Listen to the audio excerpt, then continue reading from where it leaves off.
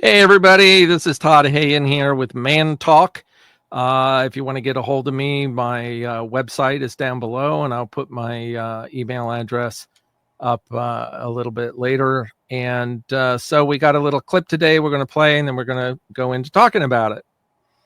Hey, everybody, William Empey, existential counselor, medicine guide, shamanic practitioner. You can also find my website down below there. Good to see you all.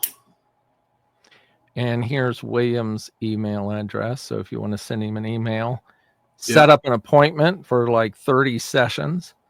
That would be great. Same here. This is my email. I'm just joking around. If anybody wants to get a hold of me directly or our websites, you can go check out.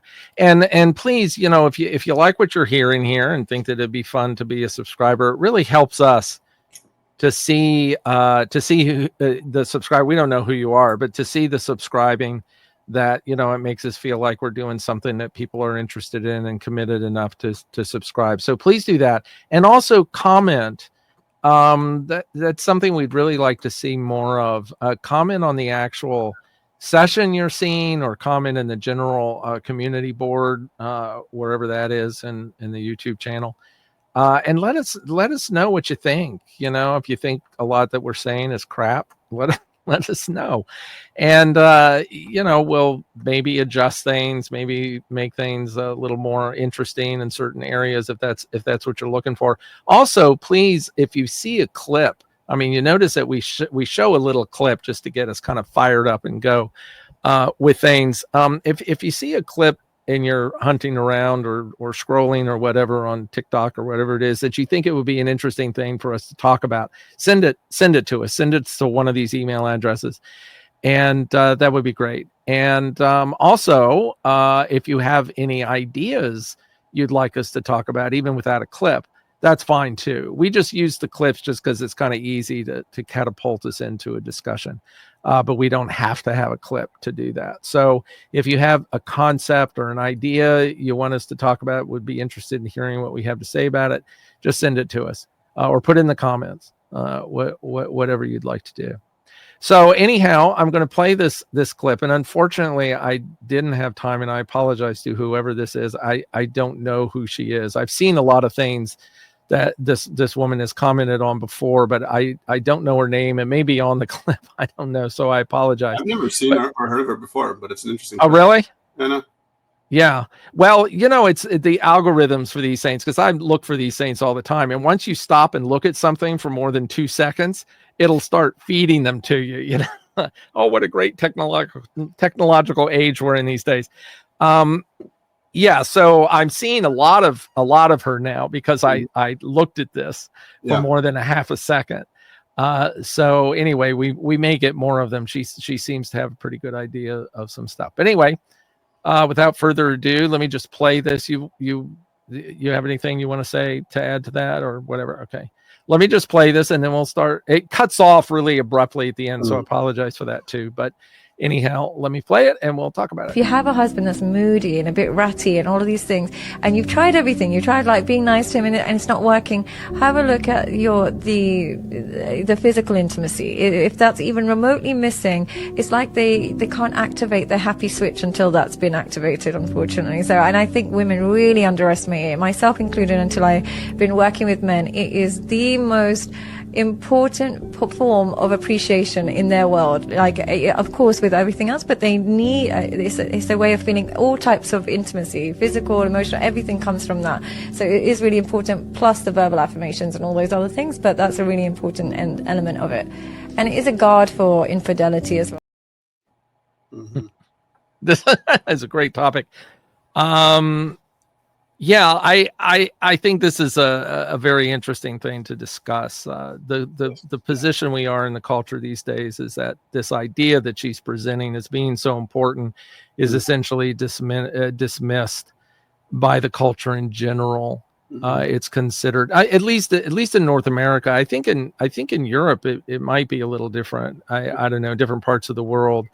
But this idea, and it used to be different here, but we come from a background of Puritan Christianity and whatever, and I think a lot of that had an impact. Of course, that's not as prevalent in the culture, in the North American culture now as it used to be. But it's diminished that, and I see this in my couples all the time. If the man even has the nerve to bring it up, I always will ask about it. But if he has the nerve to bring it up and say, this is really important to me and it's not happening, it's always diminished. It's like, well, that's very surface thinking. Though the men will even say that. They'll say, I'm going to say this, and I know that it's really surface.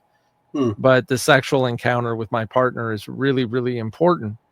And they'll even acknowledge to themselves that it's not it's not considered, that it should be important, but it is. So anyway, that's a little thing I'll say with that. We'll get into more depth with it. What do you think, William? Wasn't it Nietzsche who said it's only shallow people who look for depth? It's probably an apocryphal quote, but I like it. Yeah, well, then I must be really shallow, right? Yeah, but not though. I mean, because I think it's like, I think his point is about taking things on face value and not just immediately,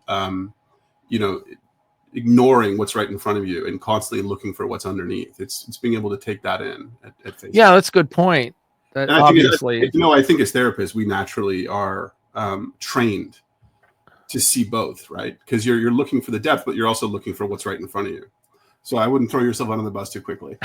No, I totally get it. I mean, as I was saying to you before when we were talking about this clip, I mean, the first time that I saw it, I got a little teary because I really, really, really feel so deeply for the men in our culture who are so desperate for physical, sexual, emotional intimacy in that way. Right. And not getting it and believing that there's something wrong with them for wanting it. Now, I understand like your point around that, that sure, maybe part of that comes from our Protestant puritanical roots here in the West. I don't really, I mean, I think it might have some influence. Yeah, it might have some influence on people believing it's not that important. But I don't know. Also, I 100% think that is. I mean, I think we're still suffering from this idea that somehow, we are undoubtedly. People still fucking euphemize. Even her, she's talking about physical intimacy, and I hear that, and I'm like, it's sex. Just say sex. Yeah, right. I'm not saying that men don't want non-sexual physical intimacy. Of course, no, of course not. Be hugged and kissed and stroked and spooned, whatever But really, what we're talking about, let's just be direct here, is sex. Men want to have sex. Yeah, but it's too. I think what happens a lot of times with whether it's a cultural influence or historical or what, that the sex is the thing that is only sex. That there is not an intimacy in it. There's not a spiritual connection. There's not a intimate connection, a communication connection. That they compartmentalize it, both sides do, and turn it into, it's sex, and that becomes the focus when it's not really the focus. It's a conduit. It's a method to acquire. Because it's a biological thing that causes people to have an interest in it. The true, in my view, the true impetus, the true compulsion is divine intimacy. It's really the only act that we physically do that when we're in the midst of it, we are completely aware of unity consciousness. We are completely aware of oneness with another physical thing. Yeah. And there may be other ways to acquire that. This is just the easiest one. I mean, we're biologically built to do that. 100%. So I think the only time that a vast majority of people really, really feel direct contact with the divine is at the peak of orgasm. That's the only time they really feel it. Yeah, exactly. And part of the collective soul loss that we see in the West, and particularly how it affects young men, the kind of men that Jordan Peterson really speaks to. They're so spiritually starved, and part of it, yes, there's this biological drive, there's this animalistic instinct in them, and there's a lot of reasons behind their drive towards sex.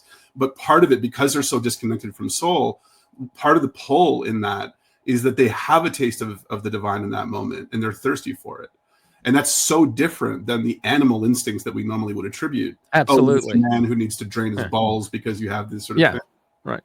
But more to that point, I think what happens a lot of the time is that there is this this confusion between like male drive for sexuality is often seen unconsciously as predatory, and I understand completely why.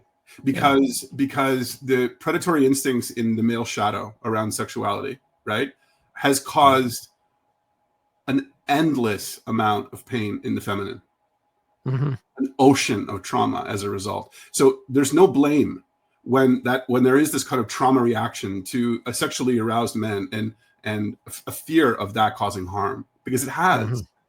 But if we can't uncouple that collectively, because I'm not just saying that this is work for female-bodied or women, female identified people, we have to work together to uncouple that. Because men and women both are suffering.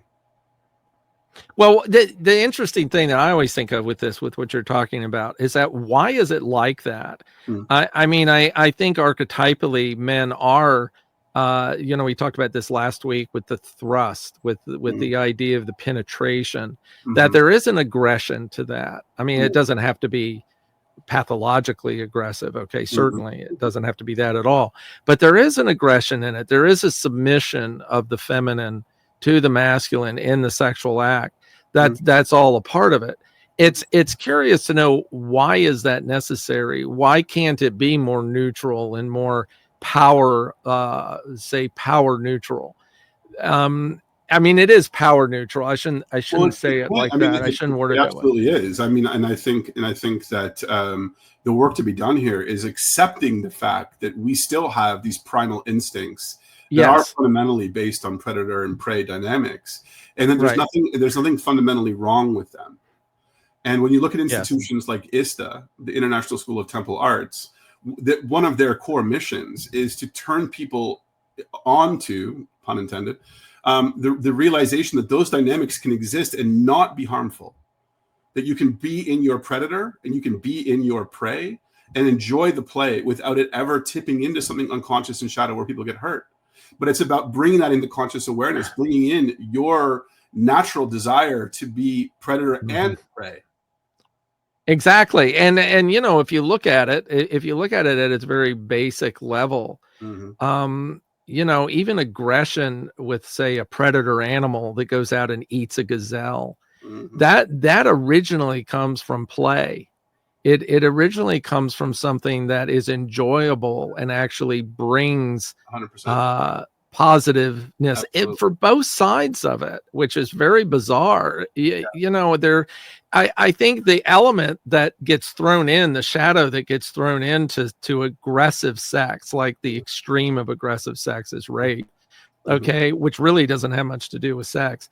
But the aggression that is negative is hate, and is a desire to destroy. Not in a positive way, but in a negative way. And yes, if that shows up, which it does in a pathological way, shows up in the sexual act, but it's very different than predator prey. I mean, even those words aren't really proper. Whatever the aggression is in the male to female submission, it's not even in the same class as a hatred. I mean, even warriors that go out to war don't hate their enemy. I mean, it's just something that they're doing. They're taught in modern times, they're taught to hate their enemy.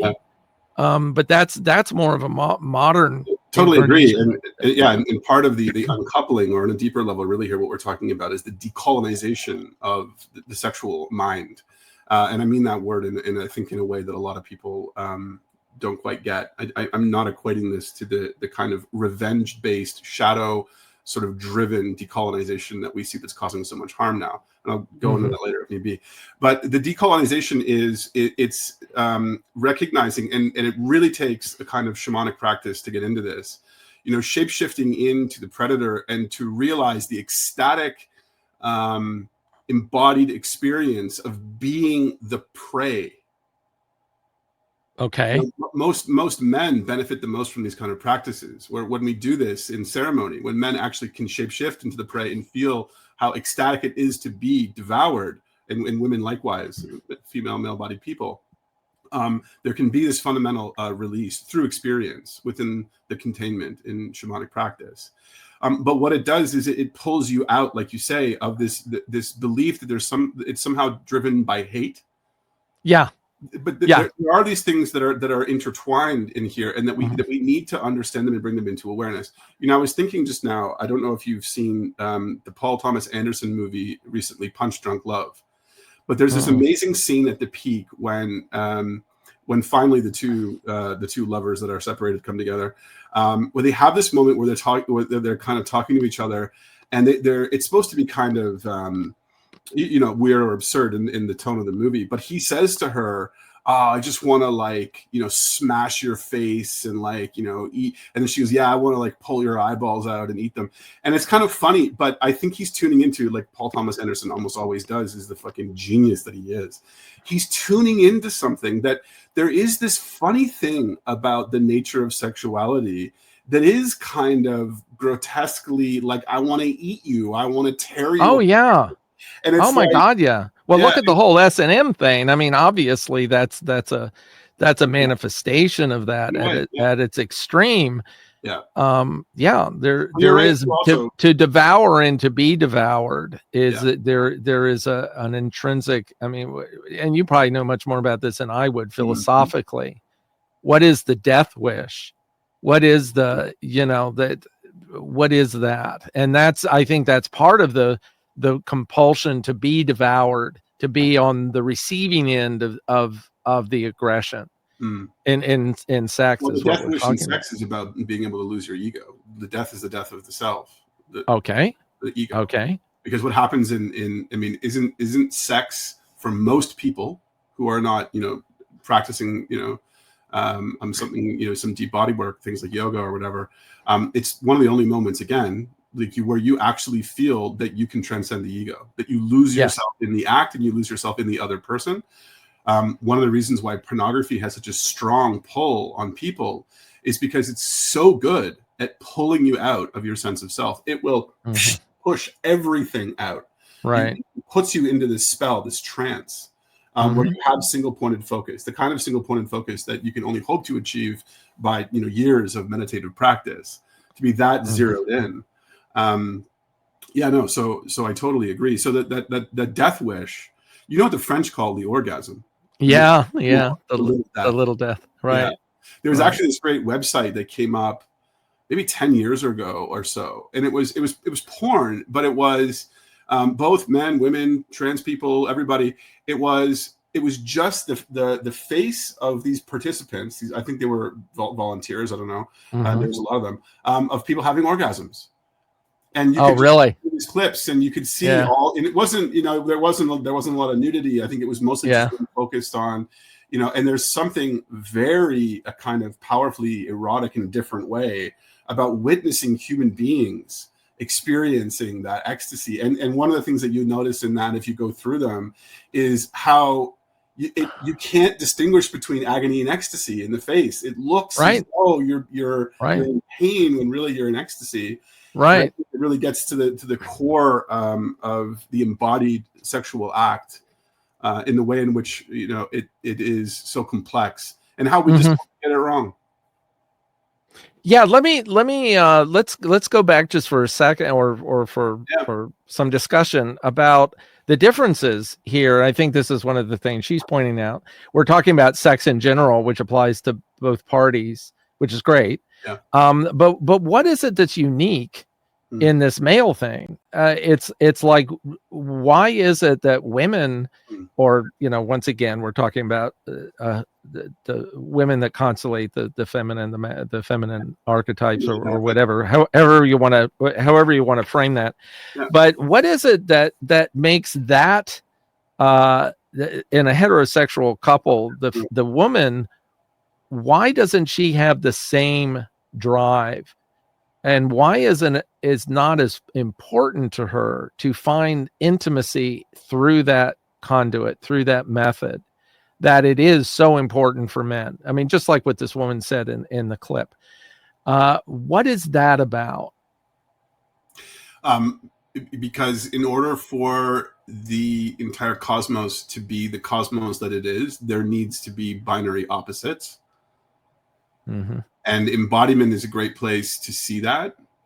It's one of the reasons why people like Judith Butler and Camille Paglia get it really right when it comes to the way to look at the issue of feminism in our time, where it's not about ignoring biological differences. It's about understanding how to work with those energies.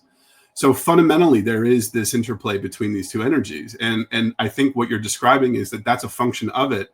The why behind it, how exactly does that work, I think is sort of lost in the mystery that we will only really, truly be able to unravel when we merge with the divine. But I think it's more like, maybe my answer to be more specific is that's something to be accepted as archetypally true, as opposed to understood and deconstructed. I think it's just like, let's just accept that as a fact, that for the most part, male-bodied people will respond to being sexually and physically starved of touch in a somewhat uniform way, and that to heal that, like this woman says in the clip, it's important for women, people holding the feminine, people identified as feminine in a relationship, to understand that and be able to meet their male-bodied partners where they're at in order to address that fundamental truth. Mm-hmm. Why is that? I mean, good question. Well, no, you're absolutely right. The why is not the why is not necessarily constructive in men need sex to be happy. Yeah, right. Well, then we get into the thing of and I hear this all the time with couples too. It's like, well, if he were like this, yes, then I would have no problem with wanting to be sexual with him. The line "sex begins at breakfast." It's like you have to be a male that is attractive to your partner. Yeah. And it's like, which comes first, the horse or the cart, totally. The chicken or the egg? It's like, well, okay, you say to the woman in a couple, you say, well, if you were having more sex with him, then he would be more like the man you want. And that's true, but you could say it the other way around too. And which is like, make sure that you take the garbage out before she asks you to, and listen when she talks. Yeah, I mean, those are some of them. It's actually quite simple. Men, as they say, which is very true. Men are very, very simple. It doesn't take a lot. Doesn't take a lot. Huh? It doesn't take a lot, but it's not as objectively obvious. I think what women need is something that men find mysterious. Yeah. They don't really get it, including me. Okay, they don't really get it. Where you could give a woman a book and you could just have a list of things in it. Do this, do this, do this, do this, and you got it. There isn't a richness or a complexity really to it. I mean, I think part of what people navigate in human sexuality is that there is this discrepancy between male bodies and female bodies in terms of arousal, right? So, one of the things the first thing I would say that you want to teach or coach young men toward healthy sacred sex is you need to understand that female bodies need to be warmed up, that you cannot go too quickly, and that the sort of the quicker that you go, the more things close up, and that the slower that you go, the more things open up. And understanding that fundamental thing is key. And women, of course, they know similar things, but we have to work with each other on this and understand that like working with the differences that we have actually create deeper, more healthier connections, right? But now those men and women both need to do a lot of hard work to break through their own bias and prejudice. Yeah, and that's colonization. Yeah, that's a physiological perspective, which is extremely important. Going a little bit into the more, say, spiritual, emotional, psychological perspective with it. What we were talking about earlier. It's like one of the primary things I believe that men are requiring from that experience is acceptance. Yeah. Is a sense of I am good enough for you to allow you to allow me to invade your most private spaces, essentially to crawl back into the womb, which is something Freud talked a lot about, is that's like the primary motive behind it, is to you completely merge with mother in that process by actually inserting yourself into where you came out of as a being. Women don't have that. They don't have that, whatever that is psychologically, because they don't come out of the father. They don't come out of the male. They don't have a intimate physical relationship with the father, like the male does with the mother. He is essentially in an erotic relationship, not a sexual one, but an erotic one with mother physically from the time he's born, because he's actually melded into her body. A woman is too, but she doesn't have a sexual relationship with her mother or with the female. If she's heterosexual, she doesn't have that to deal with when she becomes an adult, where men do. Men have that in their experience. If they breastfeed, if they cuddle with mother, whatever, they have this intimate relationship with the physical body of mother. So there's a lot more emphasis on that physical necessity to become intimate in a physical way than I think that the female does. Yeah, that's interesting. I'm thinking about, are you familiar with the work of Bruno Bettelheim? He wrote a book called Symbolic Wounds, which is essentially I think so. It's kind of contra, Freud. It's about vagina envy. But he goes into, I think, in that there are, I think he lists in that a series of myths in which, like from Zeus, for example, that a child comes from the thigh of Zeus. That there is mythopoetic thing describing what you're talking about.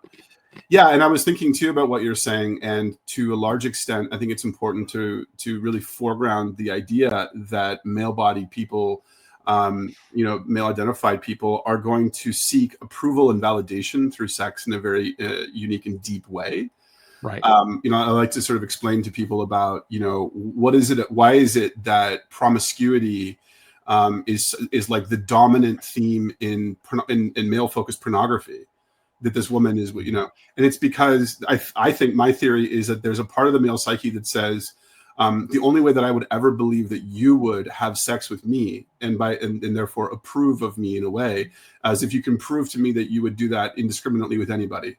And it speaks to kind of broken down sense of approval that we have.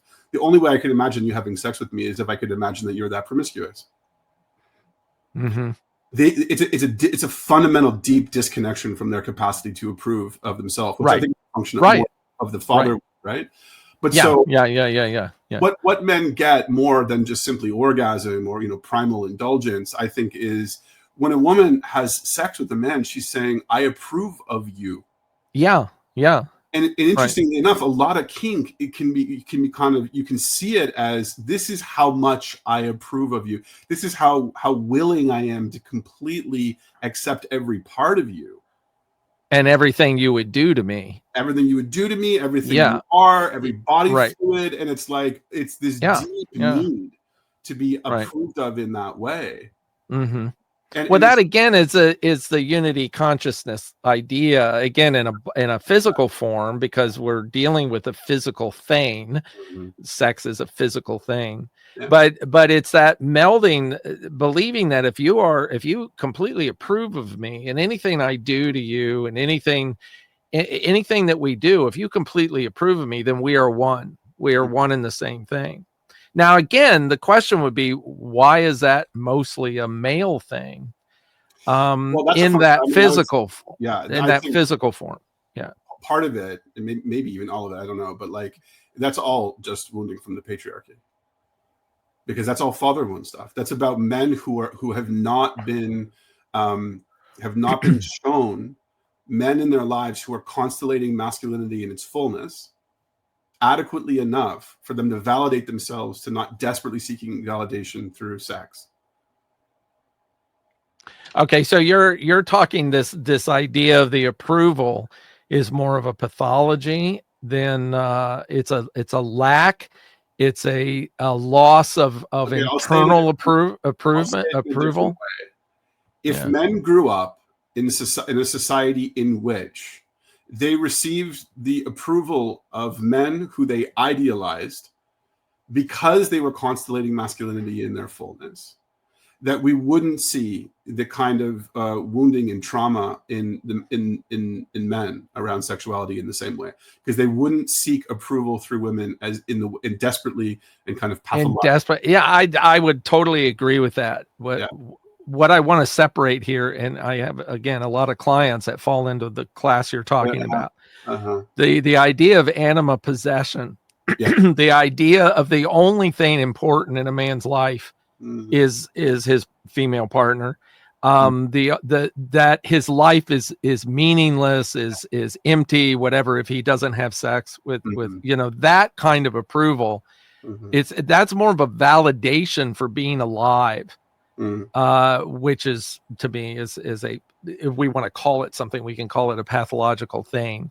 Okay, that absolutely is caused by that, and I also think the mother wounding has a lot to do with what I'm describing and what you're describing. That need for that approval through sex can also, I mean, what you're saying, I think, is very interesting, because I've never really thought of it that way, that it's more of a male unacceptance and a male rejection that he's dealing with. But I've always thought of it as being the mother rejection, the mother wounding at puberty that a man experiences, of having to essentially pull the sexual erotic away from the feminine that's embodied in his mother and transfer it out away from her, which she could have a lot of resistance to, and that generally will cause the man that lives in his mother's basement for the rest of his life or whatever, that she says, I can't be without this, because she's not getting it from her own partner. So she transfers that over to her son, and if it gets really bad, then you have incest. But most of the time, it doesn't get anywhere near that. They still call it emotional incest, right? Well, right. It doesn't even would be emotional require. incest. I don't even think it requires for there to be a kind of specification of the son. I mean, I think just when a woman is in her shadow, and when she goes into that enmeshing, or when she falls under the possession of that enmeshing nature of the feminine shadow, she's absolutely threatened by anything, by any other connection to the divine than through her. And this is why you get the enmeshing mother, who, and I've seen this in young men, who will literally kick the door down when a young man's masturbating and shame him. Yeah.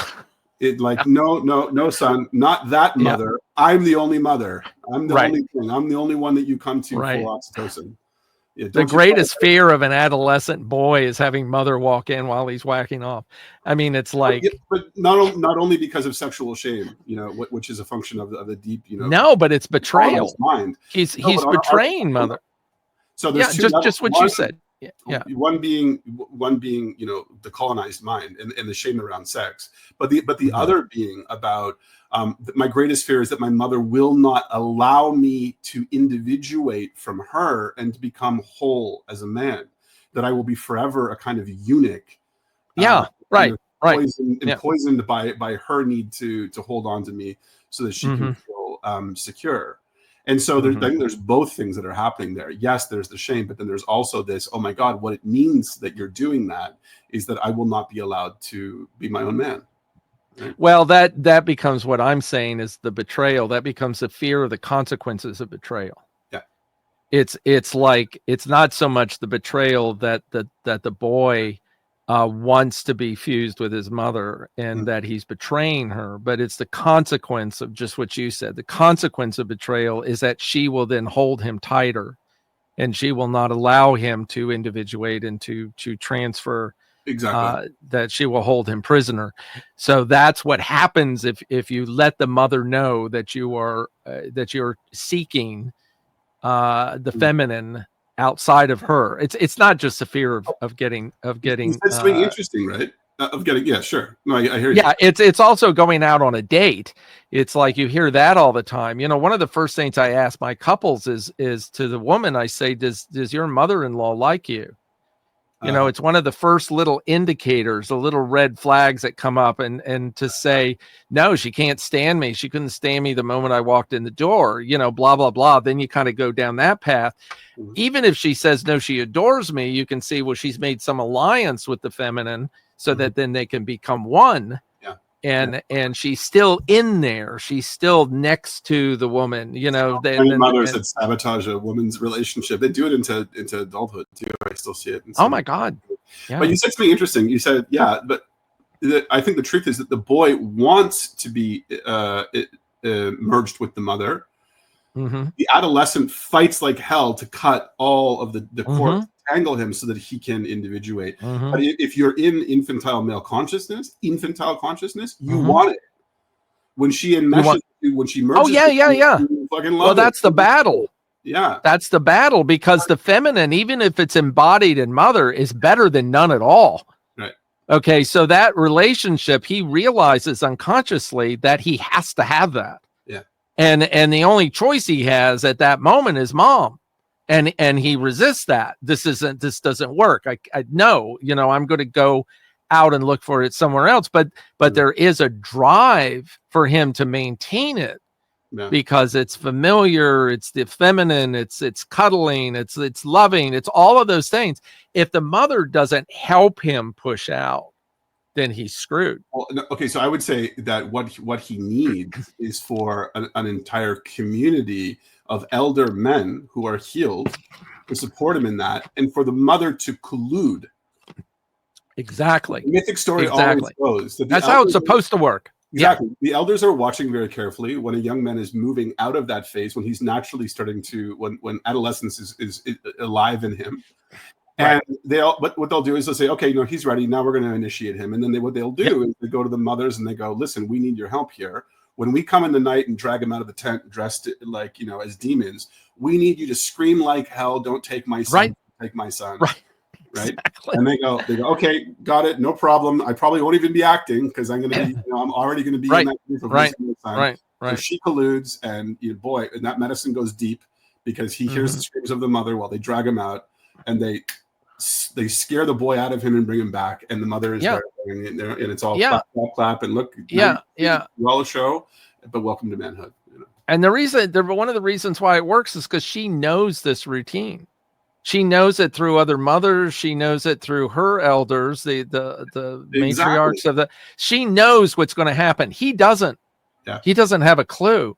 So Well, she feels that pang of, I don't want this to happen. Oh, of course not. The healed elder women are the ones that will take her aside and say, yes, mother, of course you don't want that, but we're here. We've got you. We're supporting you. We've all been through this. Now you go in there and put on a great show. Scream, don't take my son. And come back to us, and we'll help you grieve that little boy that you've lost, but we'll be here for you. We got you. We're with you. When there's that, when both sides are functioning, when both masculine and feminine eldership is functional, and in that way, and it doesn't exist anymore. We struggle with become so much more manageable. Oh, sure. We hope there's very little pathology in that way, or trauma in that way, because they're taken care of. There's other forms of trauma, but of course, and it's also historical. It's part of their ritual. It's part of their myth within that culture, and so it's like it's already written. It's already seen that way. So the resistance to it is only from the feeling. It's only like, I don't want to lose my son, but this is the way it is. This is the way it goes. And the culture that generations and generations of holding these traditions. Yeah, exactly. Pushes you into that place of getting through that doubt and that fear. Now, what I say too, and maybe this is, I'm not an anthropologist, so I don't know a lot about indigenous cultures. I know a little bit, but I don't know that anthropologists do either, but okay. Yeah, exactly.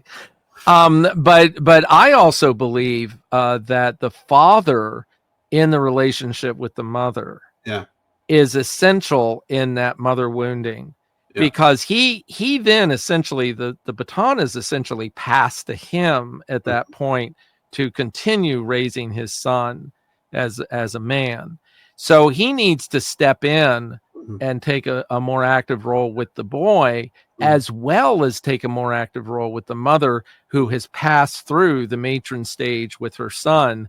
And then he wants to constellate the Aphrodite and the feminine, the sexual feminine in her. So if you have a bad relationship between mother and father that is estranged, or he's an alcoholic, or he's not present, or he's an asshole, or whatever it might be, if you have that mother wounding is going to be really intense. Yeah. Because the mother is receiving from the son what she should be receiving from the father, that she isn't at that moment. So when he starts to pull away, her screaming and yelling is very, very intense, because she's losing the only connection she has with the masculine as an erotic element in her life, as a deep, intimate meaning to her life, and that shouldn't be there at all. That has to be if the husband can't be there to listen to her and to hold Right. space for her, Right. she turns to the one person who can't say no. Yeah, exactly. Exactly. Well, she has total control over the child, or at least believes she should. Anyway, we're I mean, this is all great that we're talking about, but we're seeing we're presenting some things that are in a healthy relationship, are rather, I hate the word pathological, but it's an easy word to use, that are an aberration. That's like, a long time ago. oh, did you? Pathology. Yeah, right. Up when shit's not good. So it's contrary. It's not, put it this way, it's not the way it should be. I mean, the way ideally it would be. And that's what happens. And we have a situation with this clip where we're presenting something that there's an assumption made that in this clip, the assumption is that the man is not getting this sexual intimacy with his partner, and his partner is not acting like it's important, is looking at it like, we should be intimate in a lot of other ways, and I want intimacy too, but I don't need it to be sexual. Or why are you such an asshole? Why are you so grumpy all the time? Why are you depressed all the time? I'm a good wife. I'm a good person. I do good things for you, blah, blah, blah. And it shouldn't be. Is all you want sex? Is that all you want, is for me to spread my legs and that's it? And then that's what the entire relationship is based on. And so obviously there's pathology in there, but there isn't excess mother wounding necessarily. There could be. Okay. But that's not really what we're talking about. We're talking about a man that, let's say, is as healthy as is reasonable psychologically, and a woman that is as well. So and maybe culturally she's confused, and the culture is telling her one thing, like, well, sex isn't important or whatnot. So what is it that they can do to bring them back to this health level of intimacy? And just to finish my point, if you want to sort of decolonize from this idea of pathology, just when you hear that word, just simply think of what the alchemists call it, which is contra naturam, anything that goes against the natural flow of things. Yeah, perfect. The Taoists understand this. If you find yourself swimming upstream and you're exhausted, stop. You're going the wrong way. Well, that's what whenever I use the word pathology, either here or with clients, that's what I mean. Right. And I should start using the other word. But you might lose your audience. Yeah, right. Yeah. So, okay, but great point. And so, one of the things I was thinking of is like, how do we coach men who watch this clip? Right. Right. Well, what you might be tempted to do is like, send that clip to your partner and be like, hey, baby, hey. Yeah. Let's see what I need to do here. But aside from that, how would we coach a man who comes across this clip and is brought to tears by the realization that this is true, right? And what I said before, which is, if a man was to come to me with that, I watched this clip, it brought me to fucking tears. I sent it to my partner, but like, this is really like landing with me. I would say, like I said before, great. Now take out the garbage and listen when she speaks, meet her needs, take the lead, do all the things that she needs from you. Right. And then be direct in asking for what you need. Yeah. What I need from you in this moment right now is sex. That would make me feel better. And if you've shown up for her if you've really gone out of your way to make sure that you're giving her all the things that you know that she needs from you, you're far more likely to get a yes. Oh, absolutely. Unless there's something wrong with or pathological about either one of those people. But that's not what we're talking about right now. What you just said, it is natural for a woman in a partnership to want to accept and to, go through that process. It is natural for them to do that. If the man is doing all of the feminine, not just women, but anyone dominant in the feminine. Whatever.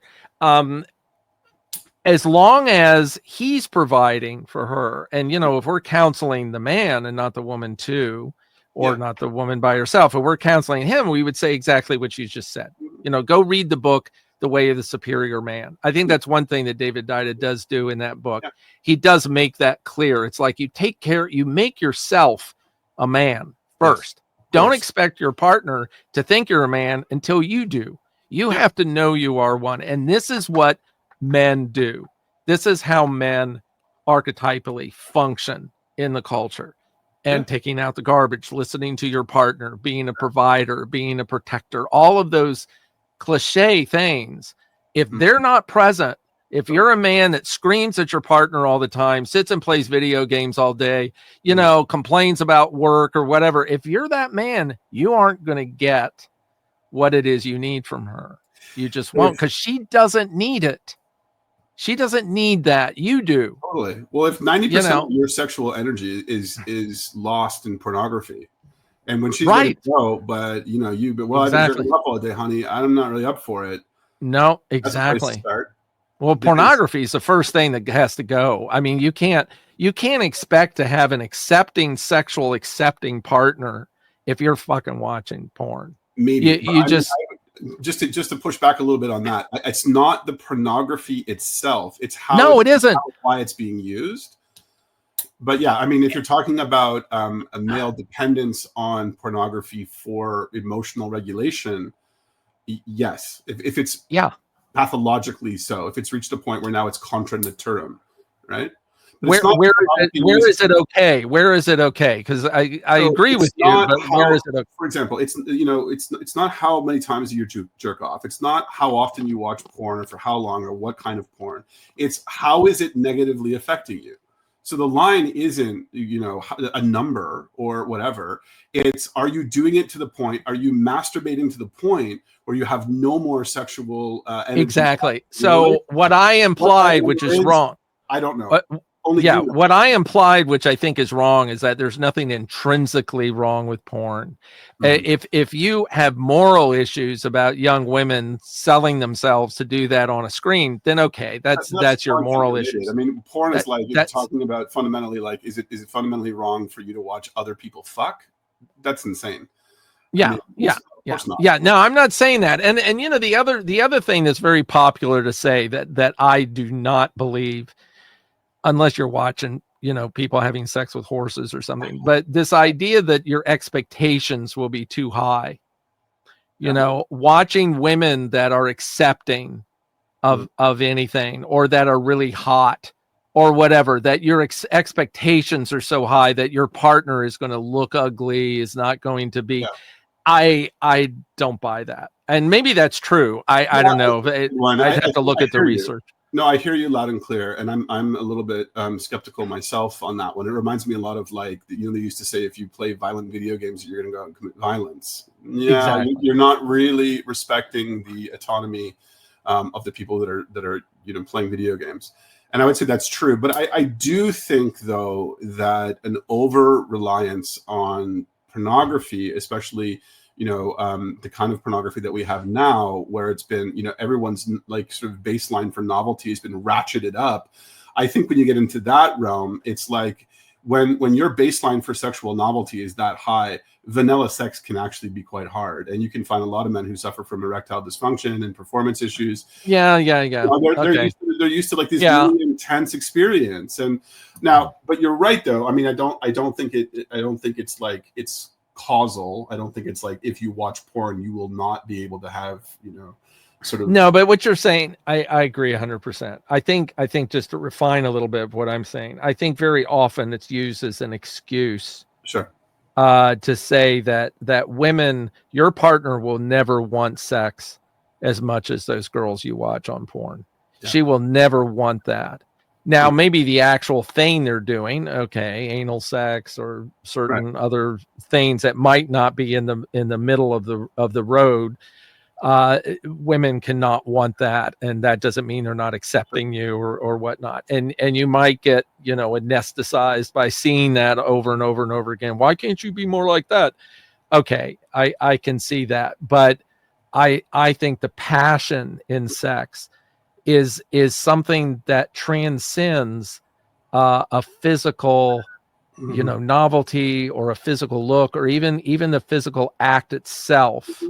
I think the passion, a couple that's truly in love with one another and are passionate about each other in a deep sense, they can be the ugliest people on earth. I mean, they can be 400 pounds overweight. I mean, they can be all of these things, and the passion, the sexual passion, is still there. I don't think that people are right when they say porn makes you expect your partner to be passionate about sex, and you should. That's what I was getting at. No, you make a good point, and I would say that another great way in which the sacred sexual goes at decolonizing sexuality is recognizing how transactional it is, even between loving partners. A lot of sexual encounters are, okay, well, I'll make you a trade. I'll get you off, and then you get me off. Deal? Okay, good. Let's do it. I'll do everything that you need me to do. You get off, hallelujah. Now you're going to get me off, and we're done. And that's a kind of transactional way of looking at it. Now, there's no shame in that. The idea that sex can just be a transaction is fine. But what's missing is if you're also not consciously aware of the fact that sex can be something much different than that. And a core thing around that is uncoupling sexual intimacy from orgasm. When you can sit down with your partner and say, okay, you and I are going to have sexual intimate contact, but we're not focusing on orgasm. We're just here. We can do that later, but we're just here right now to explore physical, sensual experience with each other, right? That can start to shift things. And again, it's about a proliferation of sexual encounters. It's not about sort of less. It's like, yeah, we can fuck later and get each other off, but right now we're going to learn to just be with each other in our physical presence and be fully present to the arousal that we're bringing to each other in the body, right? And I think that can be a very healing practice. It's tough because for most people, it's like, they have to find the time to do it. Transactional sex is pretty simple. Yeah, right. Get that over with in about 5 minutes, But when it comes to conscious sexual engagement, that takes time. You actually have to live a life in which you're not so stressed out that you can slip into that. Because a lot of people probably need an hour after work before they could even think about doing something like that because they're so wired and stressed in their daily life. But I do really think that that's a core part of how we heal those wounds between the masculine and the feminine, is to encourage people to see sexual engagement in a much different way, in a way that's heightened. To see it more as a divine experience as opposed to a transactional one. I mean, I believe one of the primary problems in the culture today in relationship, in romantic relationships, is just what you're saying, is that sex is transactional. Yeah. It's about the orgasm. It's about fucking. Yeah. And they may know somewhere deep inside that that's not all it is, but they won't admit to it. I mean, just like what we're talking about with men really need sex, but that's just a transaction. It's like that shouldn't be that important. Where say the woman in these situations don't see the need for sex being the way to the conduit to intimacy. They have other ways to feel that divine experience where men don't. I mean, not as much. And they go, well, it's just sex. It's like, how is that? I mean, if we had a thing where men or whatever felt the divine realization of unity consciousness by having the woman touch them on the forehead with their finger, and that did it, but didn't work with the woman at all. And she would go, what, why do you need that? What difference does that make? I mean, you have to make it a little more complicated because sex is not that easy. It's not as easy as touching you on the forehead. There's more to it. there's you got to get naked, and you got to, you got to feel good about your body or whatever it might be. There's a lot more complication to it, but it's a similar thing. My analogy is I mean, there's some weight to it. It's such a funny topic too, because it's like, it's so complicated and it's so simple. Yeah, well, I mean, it is simple. If you look at it evolutionarily, it's like the question of the ratio of like sex acts per live birth when you're looking at the evolutionary function of sex and species. And so for human beings, it's like 1,000 to 1. And so from that perspective, it's like, why? Well, because it's not simply about procreation. It's about social bonding. It's about having a union. And it's about unity consciousness. It's about finding a way to have access to the divine. Totally agree. And I also just want to point out too, and this is something that's interesting for people in the process of learning to decolonize, that look, your acceptance of the sacred nature of sex, and you're investing your time into learning how to hold it in that way, doesn't diminish your capacity or your ability to be a fucking dirty horn dog and be engaged in the most transactional sort of, Sodom and Gomorrah recreational. In fact, it makes that more possible for you to do in a healthy way. So if you are connected to the sacred sexual, and then you want to go to a sex club and get involved in orgies and get involved in BDSM, or you want to watch crazy, dirty, fucked up porn, you can do that in a way that causes less harm to you and to your relationships when you have that tether to the sacred sexual that's beyond that. And in fact, even more to the point, you can open up the entire spectrum of human sexuality, where it can be about pro-social bonding with your partner, and it can also be about you just learning how to regulate yourself. Like you're stressed out, you need to rub one out. Great. There's nothing wrong with that if you're doing it consciously. And I would say do it consciously is to maintain that tether to the sacred. I mean, what you're saying, the analogy I think of is eating food. It's like, as long as you eat the things that sustain your body, you can go out and have some crazy, gourmet meal that's all about just sensual pleasure, as long as you're supplying what your body needs to function. Totally, you can eat a Twinkie if you've had whole food. I mean, it's not a great analogy, because there's definitely some negative to eating shit, to eating crappy food. But it's just looking off to fucked up, porn. I mean, it leaves a kind of toxic imprint on the soul, especially if you're not involved in conscious consumption. That's another thing too. When I'm saying this, one of the things that's important is conscious consumption. Like ethical consumption of porn is a really key thing, because if we're going to advocate for a healthy use of pornography, there's no such thing as a healthy use of pornography when it's not ethical pornography, right? And by ethical pornography, I mean, pornography that's been produced by willing participants who are all in consent and who are being adequately paid, and that's a tough thing, because a vast majority of what's freely available on the internet is questionable. I don't know whether or not it's ethical or non-ethically produced, because you don't know. There's no way to know. I think and this is a different topic, but I don't think there's with what's generally out there. I mean, there's always outliers. I think it's much more ethical than it used to be. And I think that's another thing, the culture, another lie that the culture believes in, is that all porn is like drugged out women that are taken advantage of, and I don't believe that. I think that's disrespectful to the people who are involved. That's right. We're not doing that. And you are projecting yourself onto them.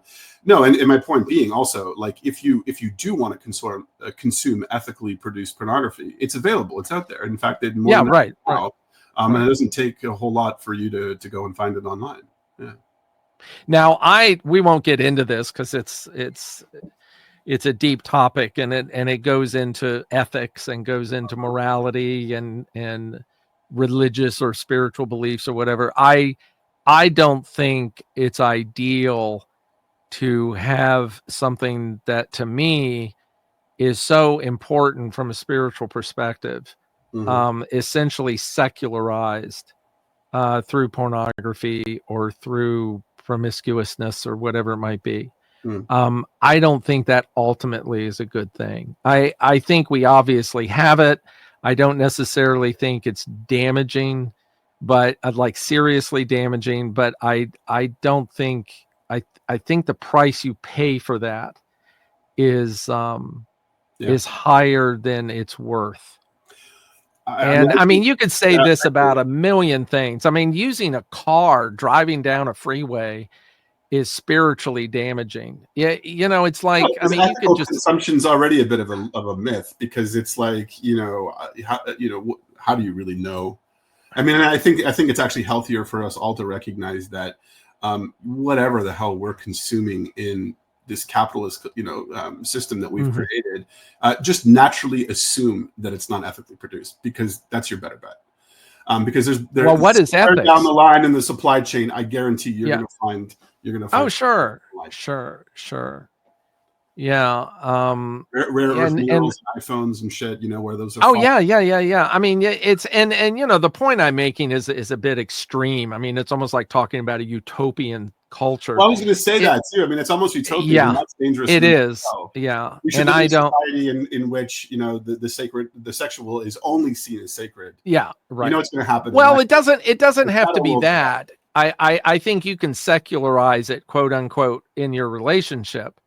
Okay. I don't, like, you can have transactional sex in a loving relationship and not have to have it have so much meaning.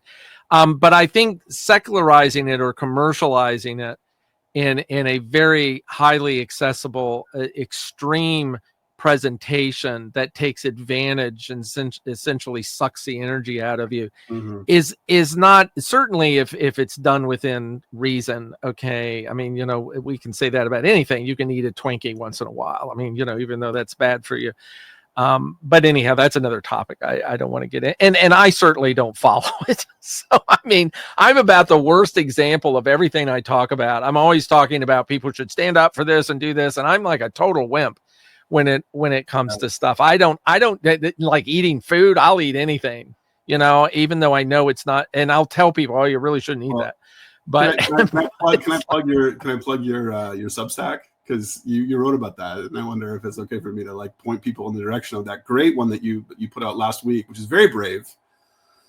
Which one? The one where you're talking about being a wimp in the face of tyranny. Oh, yeah. I mean, that was 2 weeks ago. Sorry, not this week. Yeah, no, that's yeah, sure. I mean, news. Check it out. There's a great piece on where Todd very bravely admits his fear that he will crumble in the face of tyranny, and I think it was a great piece. Right. Exactly. Yes, Mr. Wimp. I think you underestimate yourself. I think you probably would push back in the face. I think most of us that are relatively conscious, at least 10% so, I do put myself in that category. I think that it's a natural, it's not an instinct, but a natural compulsion, or whatever you want to call it, to stand up for what's right and to, give me liberty or give me death. I think that is something that most people would, if they're hit right at the moment, just like I say in the article, if somebody comes in your house with a knife and runs to your child or your wife to kill them, you're going to stop that. Even if the knife goes through you, you just are. You're not going to run out the back door and go, oh, I don't think. I think some people would. Okay. But if you think about it intelligently, I think I would try something else before I would run right into that knife. I would think of some other action to take that would protect me too. I think if you intellectually think about it, that's what you'd come up with. I'll come up with a smarter way to do this, but I think in reality, you're just going to run right into the knife. You're not going to think about crap like that. Yeah. And it's this is a great topic for another podcast of to what extent do you really hold something sacred if you are not willing to defend it by all means necessary? Do you really hold it sacred if you're not willing to have a gun to protect what's sacred to you? No. And I think I don't think so. People are so lost in this myth of purity and nonviolence that there's some people that have they've untethered from the sacred, and it's that's all propaganda. That's all leftist propaganda bullshit. But my position is this one: if you're coming for something sacred, I will resort to all means necessary to protect it because it's sacred. That's right. And I think that's a very That's right. position. Yeah, I agree. On the next 100%. episode of ManTalk, we'll talk about First Amendment or what's the gun one? Second Amendment. Second Amendment. Second Yeah, Amendment. the U.S.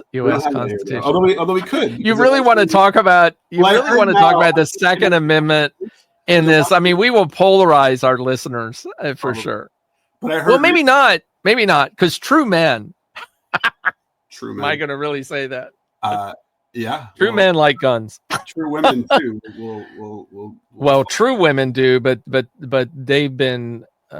Anyway, this is. I love this about is touchy Yellowstone. stuff. It's a great show. Where I know. Men and women alike are truly tuned in to this concept of the sacredness of the land and what we will do to protect it. Yeah. No, I was just going to say I'm sort of tuned out from the news, but the last thing I heard is that Trump is trolling people to believe that he wants to take over Canada and make it the 51st state. So, hey, maybe if he's that's a big topic. The Second Amendment will be what we were talking about. Yeah. Okay, folks, we're going to say goodbye for today. And again, subscribe. Let us know what you think. Let us know if you have any ideas for topics. And we'll dive into it. And it was great talking to everybody, or talking to everybody, not with everybody. And we'll see you next week. Take care, everyone. Bye-bye.